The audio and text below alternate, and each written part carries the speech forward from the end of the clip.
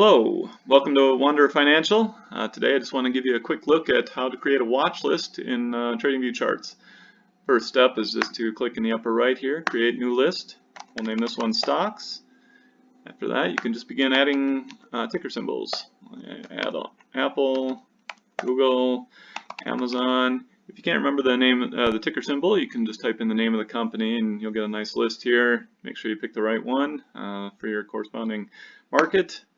And then that's really all there is to it. It'll save automatically. I like to create different lists. I've got one here for pot stocks. I've got another for different sectors and ETFs. And it's just a quick, easy way to get an overview of the market that way. I'll add a list of stocks in our watch list to the blog post in the description below.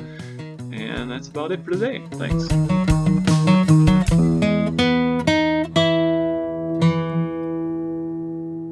Thanks for watching, and don't forget to hit that subscribe button.